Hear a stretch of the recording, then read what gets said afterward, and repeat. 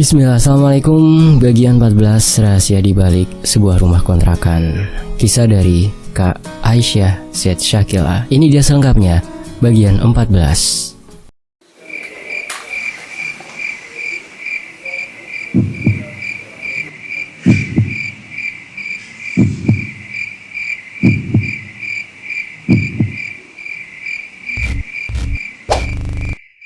Rafka berkata, "Baju aku dicuciin gak?"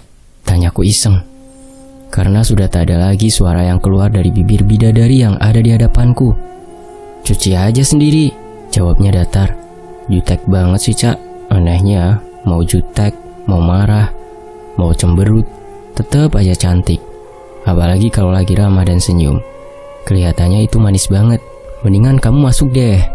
Daripada nanti air perasan baju ini basahin baju kamu, ancamnya sambil mendelik.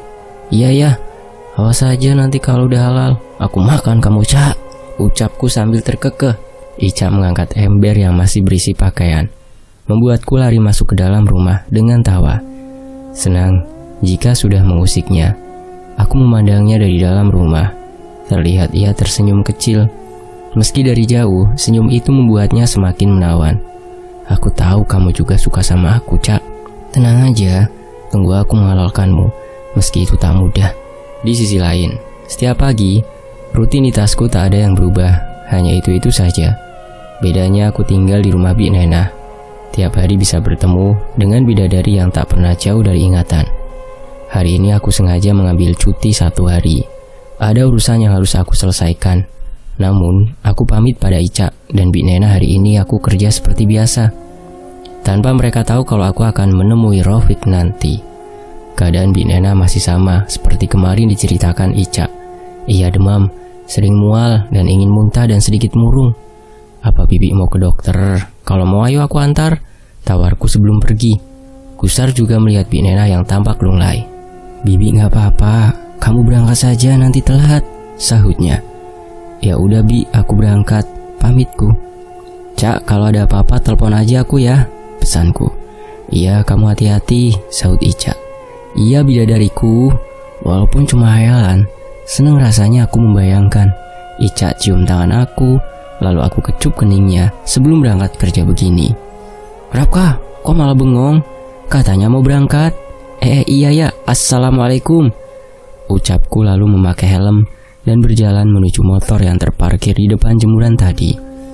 Motor melaju ke arah tempat tujuan, rumah Rafiq yang menjadi tujuanku. Berharap rencanaku berhasil, bisa membawanya untuk menemui Ica.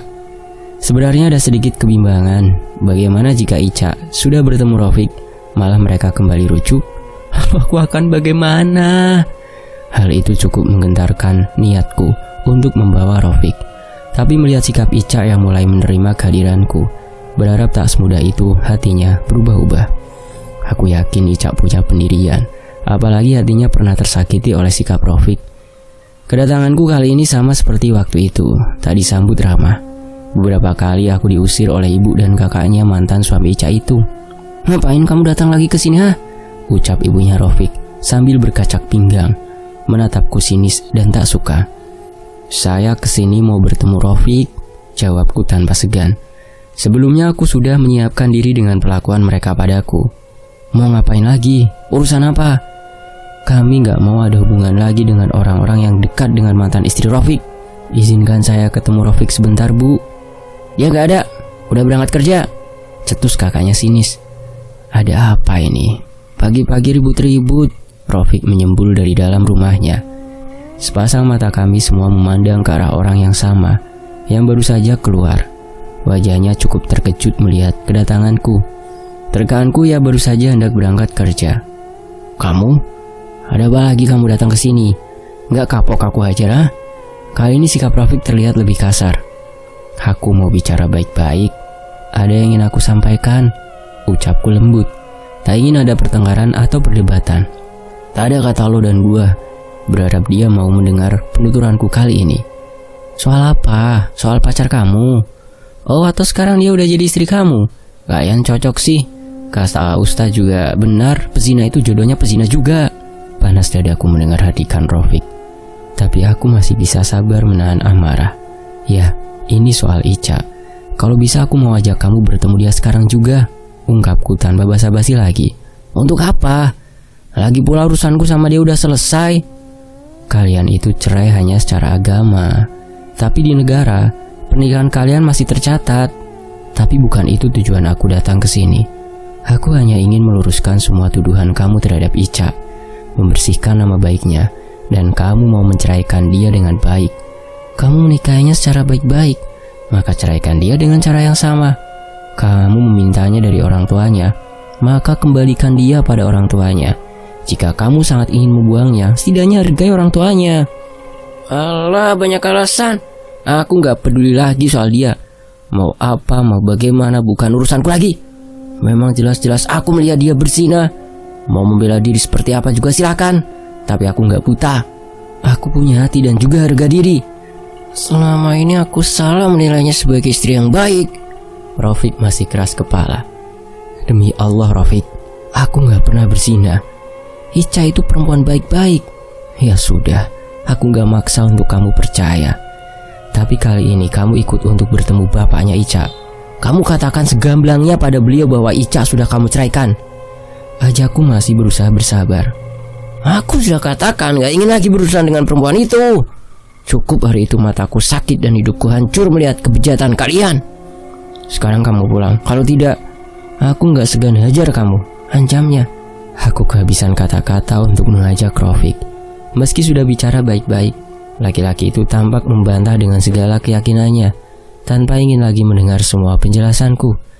Kadang aku tak mengerti, mengapa Ica sangat ingin mendapat kepastian dari mantan suaminya ini, yang sudah jelas-jelas tak ingin mencari kebenaran tentang kesalahpahaman ini. Aisyah, jika bukan demi dirimu, tak ingin aku datang ke sini.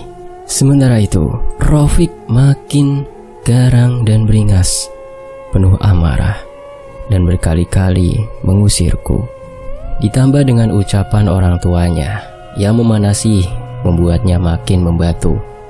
Tak sedikit pun ucapanku mempengaruhinya. Pergi, jangan datang lagi. Kalau sekedar butuh tanda tangan, mau bikin surat cerai, dengan sukarela aku akan serahkan. Gampang saja kan? Dan gak usah datang lagi ke sini. Aku tahu kalian pasti mau punya anak di luar nikah. Berhubungan tanpa punya surat-surat yang sah, itu akan mempersulit masa depan anak itu nantinya. Dicap sebagai anak haram oleh masyarakat. Harusnya sebelum berzina, lebih baik waktu itu kamu bujuk pacar kamu agar minta cerai dariku dulu. Mungkin aku gak terlalu marah. Bahkan sekedar mendengar namanya saja sekarang aku jijik. Perempuan jalang yang berkedok alim, menutup aurat, tapi merelakan kehormatan dan mengorbankan kesetiaan demi nafsu setan. Cercanya tanpa simpati lagi pada Ica. Aku sudah benar-benar tak mampu menahan amarah. Genggaman tangan sudah kukepalkan dengan deritan gigi yang saling beradu. Kemarahanku sudah benar-benar berada di puncaknya. Tanpa ragu lagi, tinjuku menghujam wajah Rafiq. Cukup, hentikan kamu fitnah dia. Jangan kamu hina lagi. Rafiq sedikit terhuyung menerima pukulan. Ibu dan kakaknya tampak histeris melihat Rafiq yang mendapat bogem mentah dariku. Kurang ajar kamu. Rafiq bangun dan hendak membalas. Ia memburu ke arahku dengan tinjunya yang siap menghujam dan terlihat penuh kemarahan. Tak diam saja, aku langsung menendang sebelum tinjunya sampai mendarat di wajahku seperti waktu itu. Tubuh Rafiq roboh terjengkang ke belakang. Meski aku bertubuh kurus, tapi aku sudah menguasai ilmu bela diri dari sejak SMA. Bukan masalah jika hanya menumbangkan Rafiq. Mungkin waktu itu aku hanya bisa diam saja dengan pukulannya demi mendapatkan jawaban. Tapi kini jangan harap, tak akan aku izinkan lagi dia menghina bidadariku. Lo yang kurang ajar. Gua udah ajak lo ngomong baik-baik, emang gak ada baiknya lo. Beruntung Ica udah lepas dari makhluk kayak lo. Sudah tak ingin lagi berkata lembut. Aku juga tak tahan mendengar semua hinaannya pada Ica. Aku kembali menyerangnya. Benar-benar jijik dengan ucapannya yang mati-matian menghina Ica tanpa kasihan. Tak kuhiraukan pekikan orang tua dan kakaknya yang memintaku agar melepaskan Rafiq. Semakin kuat aku mencengkeram kerah bajunya. Kalau bukan demi Ica, gua gak sudi datang ke sini. Lu itu manusia yang gak tahu diuntung. Tanpa lu mau cari bukti, lu lepas tangan begitu aja. Sampai Ica keguguran pun lo gak tahu. Asal lo tahu Rafiq, sampai sekarang dia masih menunggu kepastian. Sampai orang tuanya gak tahu tentang perceraian kalian. Gue emang sayang sama dia, tapi dia gak pernah menghiraukan ataupun melayani gue, apalagi berzina. Bisa saja itu hanya tipu daya makhluk yang tinggal di rumah itu, karena dia bilang kalau dia diincar makhluk gaib, dan entah apa tujuannya. Harusnya lu tabayun dulu Rafiq, bukannya lu tahu sendiri keadaan rumah kontrakan itu. Harusnya lu bisa pakai akal lo itu. Apalagi lo pernah alami kejadian-kejadian aneh selama tinggal di sana. Bukan gak mungkin hal itu juga ulah mereka. Gua berani bersumpah demi apapun, gua sama Ica gak pernah berzina. Waktu itu kami benar-benar ada di rumah sakit. Dengan nafas memburu, aku menjelaskan semua pada Rafiq, lalu menghempaskan tubuhnya dari genggaman. Bahkan aku membawa resep obat dan surat keterangan selama Ica dirawat yang masih kusimpan. Lalu kulempar kertas-kertas itu ke wajah laki-laki yang keras kepala dan masih terdiam akibat seranganku. Omongan gue bisa aja bohong, tapi kertas itu gak mungkin bohong. Lu mau mengelak gimana lagi? Lu mau bukti apa lagi, ha? Rafiq duduk perlahan, lalu mengambil kertas yang berserakan di lantai teras. Ia tampak tertegun dan memicit hidung. Entah merasa sakit karena aku hajar. Kalau lu masih gak percaya, ayo gue ajak ke rumah sakit tempat Ica dirawat waktu itu. Sekalian gue minta rekam medisnya Ica, biar lu percaya dan berhenti menghina Ica. Kertas itu perlahan jatuh kembali ke lantai. Dua tangan Rafiq beralih memegang kepala dan meremas rambutnya, lalu mengusap wajahnya pelan. Aku tak tahu tingkahnya saat ini, karena dia menyesal atau apa. Ia sama sekali tak bersuara, hanya bola matanya yang tampak mengkilat. Aku tahu semua ini bukan murni salahnya. Sebagai suami pasti akan sangat sakit bila melihat istri yang dicintai tengah selingkuh di depan matanya sendiri. Namun, harusnya ia tak lantas melepas talak begitu saja, apalagi hanya lewat telepon. Padahal orang tua mantan istrinya itu masih hidup. Jika masih memiliki adab dan kesopanan, sebenci apapun, harusnya ia temui dulu orang tua Ica dan bicara baik-baik. Bisa saja kalau itu ia menemukan titik terang dan pernikahan mereka kan bisa diselamatkan. Meski aku mencintai Ica, tapi dari dulu aku tak pernah mendoakan keburukan untuk mereka. Sayangnya nasi sudah menjadi bubur. Amarah kadang menghilangkan logika dan perasaan, mengubah segala kebaikan menjadi buruk. Semua yang terasa hanya marah, kesal, dan benci. Malah mungkin jijik hingga tak sadar melakukan kesalahan fatal. Jika sudah begini, aku sendiri kasihan melihat laki-laki yang tampak mulai menyesali perbuatannya yang tak berpikir panjang sebelumnya. Sementara itu, beberapa lama kami hanya terdiam, mematung tanpa suara. Yang jelas tergambar wajah Rafiq yang mulai diliputi penyesalan ketika ia kembali meraih dan menilik kertas yang aku berikan.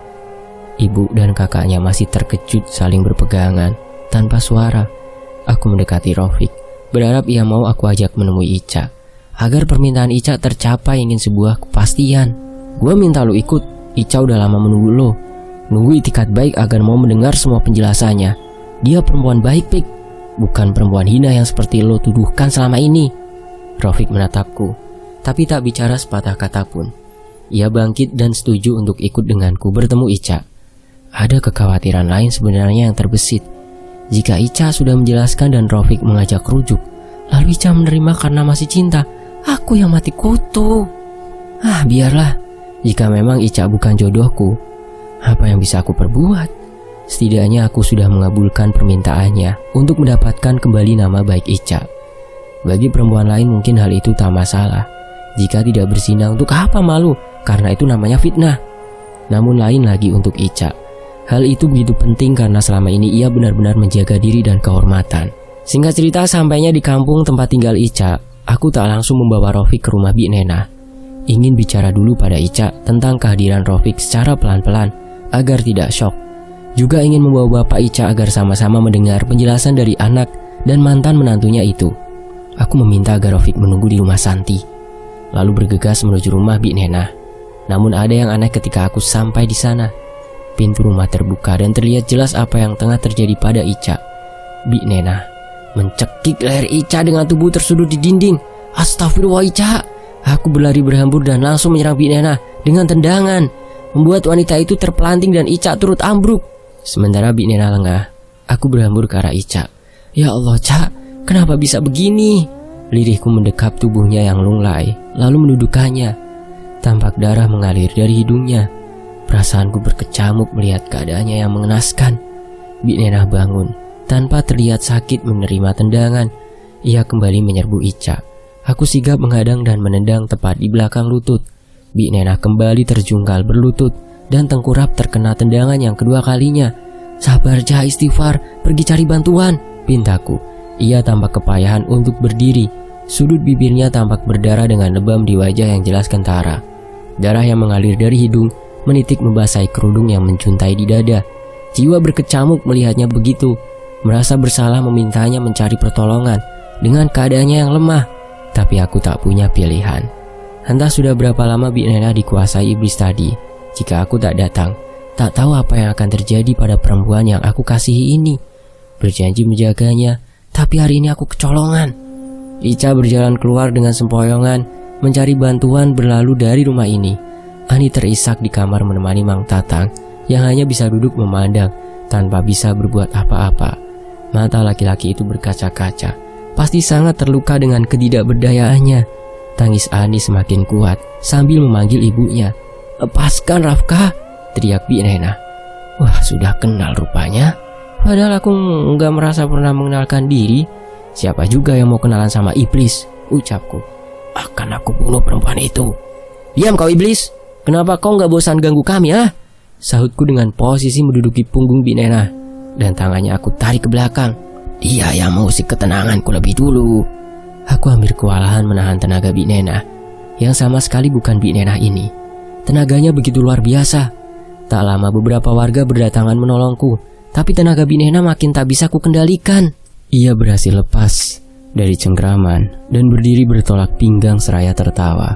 Aku meminta salah satu warga menjemput Pak Hanafi, bapaknya Ica, agar datang membantu. "Pakai motorku saja biar cepat," pintaku pada warga yang akan menjemput Pak Hanafi. Tak yakin bisa menangani hal ini sendiri, karena iblis yang merasuki Bik Nenah ini sangat kuat.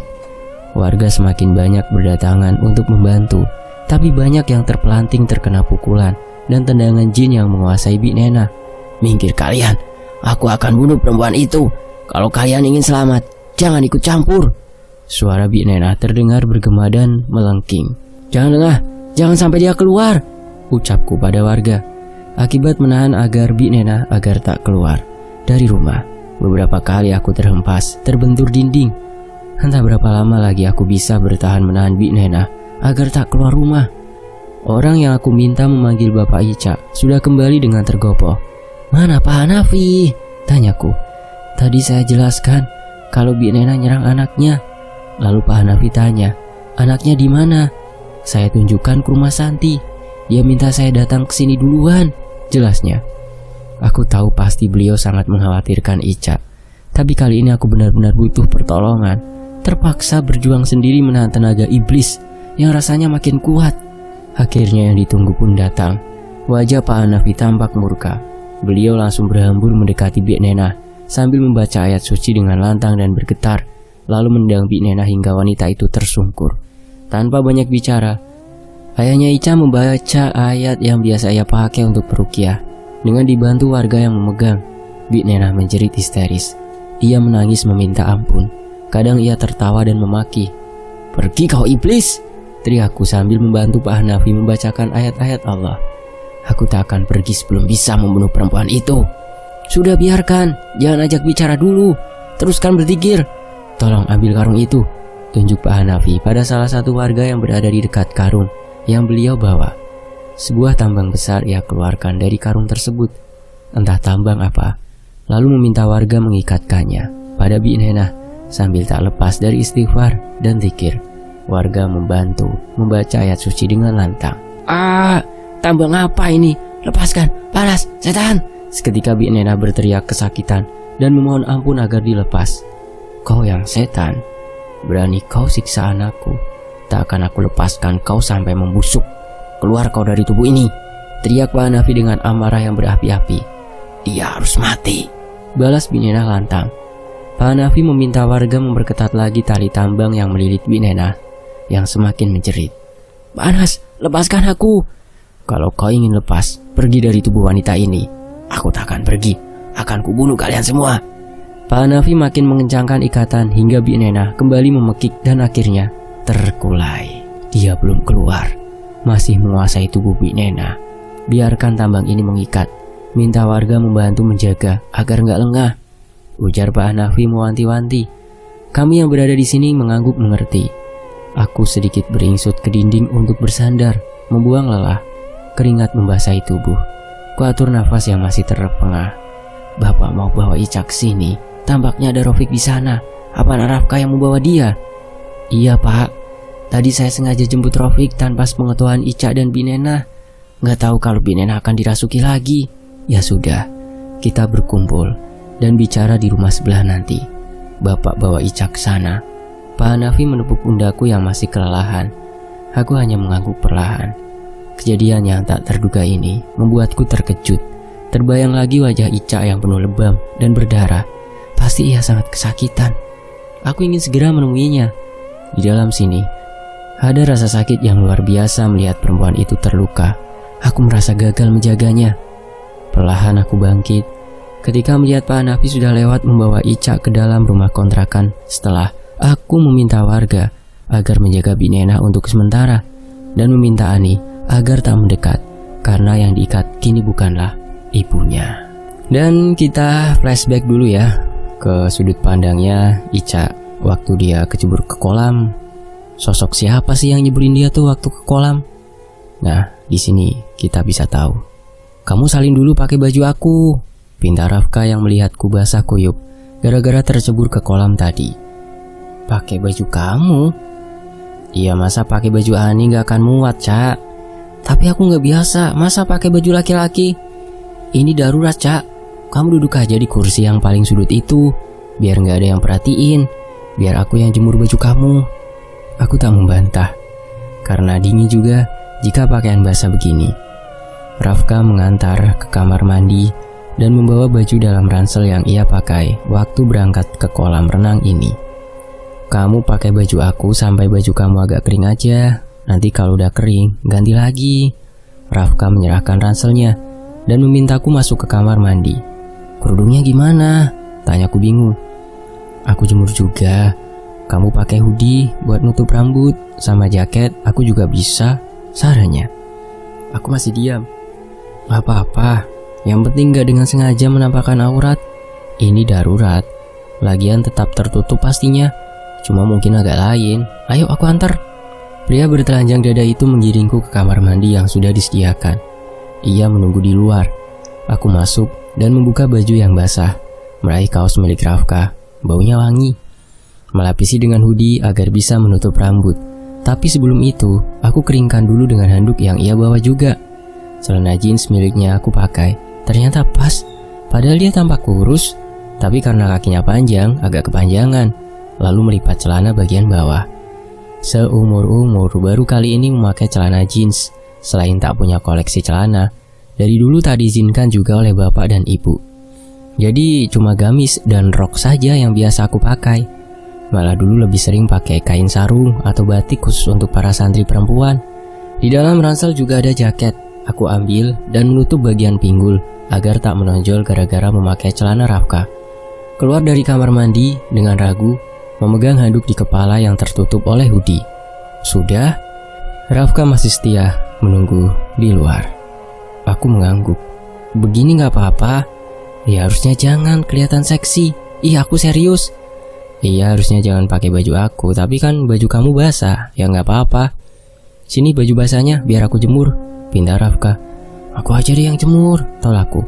Malu karena ada baju dalam yang sudah aku cuci di kamar mandi tadi. Kamu tunggu aja di meja sana, biar aku yang jemur, kukuhnya. Malu ada itunya. Apanya sih di BH? Kamu lupa aku udah pernah jemurin punya kamu waktu itu. Lagian bentar lagi jadi istri kok, kenapa harus malu? Usiknya. Istri? Agak gimana mendengar kata itu? Ya, aku udah bilang bakal lamar kamu nanti kalau udah bersih nama baik kamu dari fitnah si Rofik. Aku menggigit bibir. Ia sanggup melakukan apa saja tanpa aku minta. Jemur bajunya aja, itunya jangan. Nanti pulang pakai apa? Emang bakal nyaman gak pakai daleman apa? Iya sih, aku garuk-garuk kepala bingung.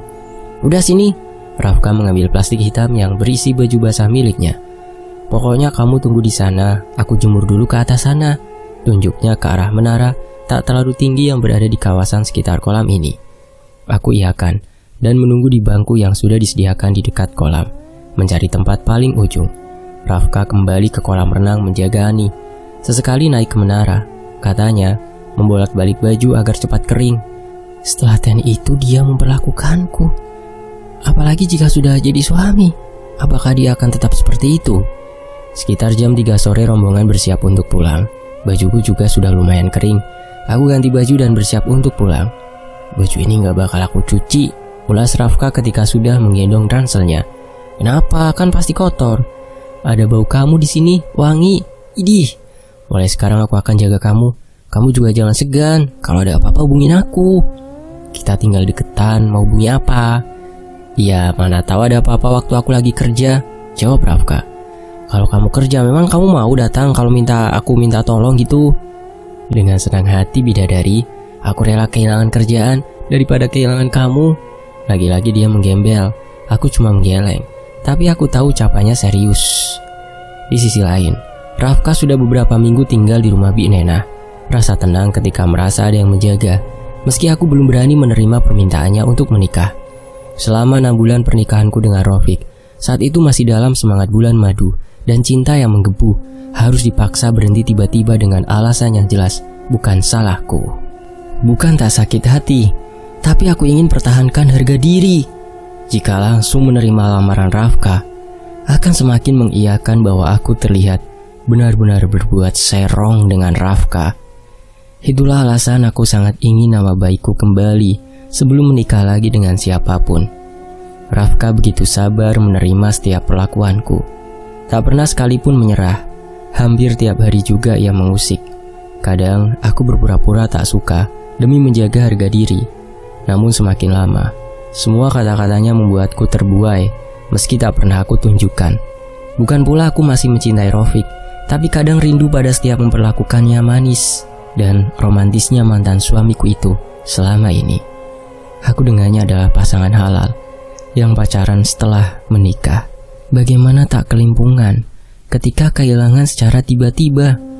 Bak kata para remaja masa kini, ditinggal lagi sayang-sayangnya. Itu sangat menyakitkan, terlebih ditinggalkan dengan jejak fitnah. Goresannya begitu dalam. Rafka jugalah yang mengobati luka itu, menutup yang ternganga dengan kelembutan dan bahasa tengilnya. Sesaat aku lupa hati tengah berduka jika bersamanya. Terbersit pula rasa takut lama-lama laki-laki itu akan menyerah dengan sikapku yang egois. Bagaimana jika hatinya berpaling? Apa aku tak akan menyesal? Kenapa harus egois begini? Menginginkan Rafka, tapi masih berharap kepastian dari Rafiq. Maafkan aku Rafka. Aku sama sekali tak berniat mempermainkan perasaannya. Aku tahu cintanya begitu tulus, rela memperjuangkan, sedangkan aku tak layak ia perjuangkan. Ketika pagi seperti biasa Rafka harus berangkat kerja. Tugasku pun sama, membantu keluarga Bi Nena. Apalagi sudah beberapa hari Bi Nena mengeluh kurang sehat. Sebelum berangkat, Rafka mengajak Bi Nena untuk memeriksakan diri. Tapi istri Mang Tatang itu menolak. Setelah Rafka pamit, aku kembali menjalankan aktivitas seperti biasa. Ani juga hari ini tak sekolah. Selain sama-sama kurang enak badan, ia tak bisa pergi ke sekolah sendiri karena jarak sekolah cukup jauh dan selalu diantar ibunya. Semua pekerjaan rumah sudah selesai. Aku melanjutkan merajut manik yang sudah menjadi rutinitas selama ini. Dari hasil ini juga, aku bisa menghidupi diri sendiri, meski tanpa dinafkahi lagi oleh seseorang yang bergelar suami. Sempat heran juga dengan jumlah uang yang aku terima, karena nilainya cukup besar. Namun, Rafka meyakinkan itu sudah dari pemilik konveksi dan aku pun percaya. Bi Nena yang berbaring di depan TV tampak menutup mulut. "Kenapa, Bi?" tanyaku sambil memicit tengkuknya karena ia terlihat seperti ingin muntah. "Nggak tahu, Neng. Pusing banget, mual juga," sahutnya. "Aku balurin kayu putih ya, Bi, biar nggak terlalu mual," tawarku sembari berdiri dan berjalan mengambil kayu putih di rumahku. Sudah menjadi barang wajib, kayu putih menjadi teman saat aku mual atau tak enak badan. Sekembalinya ke rumah Bi Nena, aku melihat Bi Nena tertunduk, dengan rambut tergerai menutup wajah. Jilbab yang ia kenakan sudah terlempar ke sudut ruangan. "Ada apa, Bi?" Sigap aku mendekat untuk melihat keadaannya. Bi Nena tertawa, lalu menatapku dengan bibir yang menyeringai. "Kali ini tak ada yang akan menolongmu. Kau harus mati." "Astagfirullah, Bi, istighfar, Bi, sadar." Satu tamparan kuat mendarat kasar di pipiku. Panas dan perih. Aku beringsut mundur, melihat Bi Nena sudah berubah. Bukan Bi Nena yang kukenal. Lalu meminta Ani agar masuk kamarnya berlindung. Di nakas dekat TV ada vas bunga dari keramik. Tepat di dekat Bi Nena berada sekarang. Secepat cahaya Bi Nena melempar vas itu padaku dan membentur kepala. Aku menjerit sakit sambil menjauh hendak menuju pintu yang masih belum sempat aku tutup ketika masuk tadi. "Mau kemana kau, ah?" "Sudah kuperingatkan jangan ganggu suamiku, tapi nyalimu besar juga." Tangannya menjambak kerudungku. Sekuat hati aku meronta meminta lepas. Ia dengan marah meraihku, lalu mencekik tanpa ampun. "Bi, lepas, Bi." Aku nyaris kehabisan nafas karena tangannya mencekik sangat kuat. "Aku bukan Bi Nena. Aku sudah berjanji akan membunuhmu. Dan hari ini kau akan mati." Tubuhku dilempar ke dinding. Sakit tak kuhiraukan. Ingin lari keluar mencari pertolongan. Aku mencoba bangun, tapi Bi Nena cepat menuju ke arahku. Kepalaku kembali ditariknya. Bi Nena membenturkan wajahku ke dinding. Darah segar keluar dari hidungku dengan jeritanku yang kesakitan. Tak terperi lagi sakitnya. Aku meraung sambil terpejam. Bumi mendadak serasa berputar dengan kilatan-kilatan yang samar.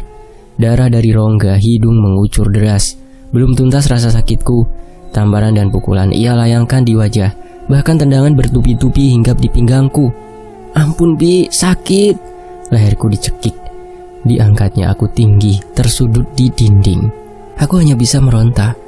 Tangan dan kaki bergerak-gerak. Dengan segala upaya, aku berusaha melawan. Tapi tenagaku tak mampu menandingi Bi Nena. Suaraku sudah tersekat. Untuk menjerit minta tolong pun aku tak bisa. Sesak mulai kurasa.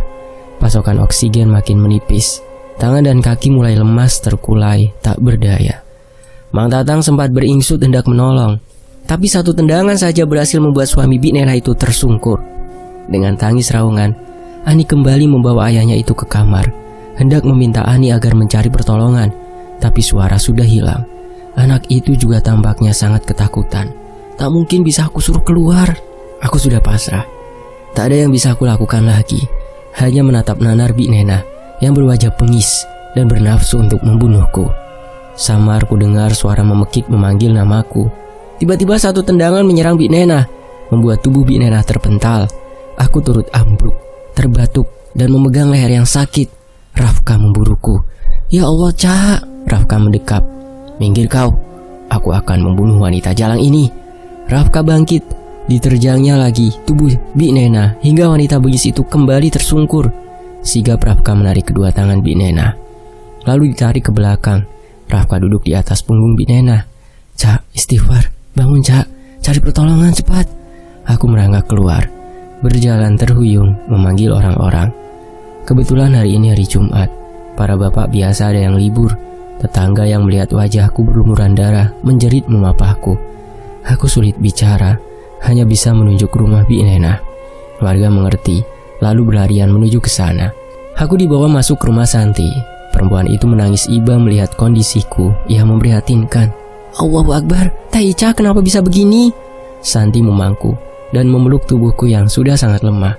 Hingga mataku tak mampu melihat apa-apa, hanya gelap dan tak sadar. Tubuhku terasa terguncang. Aku membuka mata. Dada masih sesak dan sakit di sekujur tubuh, terutama kepala. Sangat berat untuk aku angkat. Ketika aku terbangun, aku berada di pangkuan seorang. Menilik, benak bertanya, aku berada di ribaan siapa? "Bapak," suaraku lirih, nyaris habis ketika melihat wajah teduh yang tengah menangisiku. "Astagfirullah, Neng, anak bapak, kenapa jadi begini?" Kulihat mata sayunya mengucurkan air mata dengan isakan yang mengguncangkan tubuhnya. "Demi Allah, bapak tidak ridho kamu diperlakukan begini. Bapak akan buat perhitungan." Aku memegang tangan bapak, menggelengkan kepala. berharap agar bapak tetap tinggal bersamaku. Tapi teringat lagi pada Rafka. Entah apa yang tengah menimpanya. Apa warga membantunya? Apa dia baik-baik saja? Aku bimbang dan takut. Bagaimana jika aku kehilangannya? Neng, tunggu di sini. Nanti bapak datang lagi. Ucapnya mengelus kepalaku. Ingin aku berucap kalau aku sangat ketakutan, tapi bibir sakit dan terkunci. Nah Rofik, tolong jaga si Neng, biar bapak urus makhluk itu. Berani dia menyiksa anak bapak. Rofik, apa aku tak salah dengar? Apa aku mimpi? Kenapa bapak menyebut nama Rofik? Tubuhku yang lemah beralih dari pangkuan bapak, berpindah ke pangkuan orang lain. Kepala aku dongakkan perlahan, ingin menyaksikan dia. Ternyata aku tidak mimpi. Sosok Rofik nyata ada di dekatku. Aku ingin meyakinkan sekali lagi. Apakah benar yang kulihat ini adalah Rofik? Meski samar, aku dapat memastikan bahwa ia memang Rofik. Kenapa dia ada di sini? Apa bapak sengaja menjemputnya? Dia menangis terisak melihatku. Maafkan Aa, Dek. Maafkan Aa. Suaranya meraung. Aa lalai terhadap kamu. Aa berdosa. Maafkan Dek, maafkan. Tangisnya semakin pecah. Suara lembut dan tatapan teduh itu kembali kudengar dan kulihat. Selama ini Aa begitu bodoh, gak percaya dan gak mau dengar penjelasan kamu. Aa sungguh-sungguh minta maaf, ucapnya lagi. Tubuhku berguncang ikut irama tangisannya dan guncangan tubuhnya. Haru dan pilu berbaur jadi satu. Air mataku semakin deras. Tak terucap lagi rasa ini. Apa aku harus bahagia atau sebaliknya? Selama ini aku mengharapkan kehadirannya, ingin dia mendengar semua penjelasan yang ingin kusampaikan. Namun tiba-tiba, bayangan dan senyuman Rafka menghampiri. Lelaki yang tak pernah patah semangat dan penuh harap. Tak mungkin aku meruntuhkan tembok harapan yang selama ini ia bangun, lautan kasih yang selama ini ia persembahkan. Santi membawakan minum, lalu Raufik menyandarkan tubuhku di dadanya dan mendekatkan gelas ke bibirku perlahan. Taicha baik dan setia Raufik. Dia gak pernah selingkuh. Dia sembunyikan statusnya sama orang-orang demi menjaga harga diri. Bahkan kata Binena, Rafka juga berkali-kali melamar, tapi Taicha tolak. Santi terisak menjelaskan apa yang pernah aku ceritakan padanya. Iya San, aku tahu aku salah.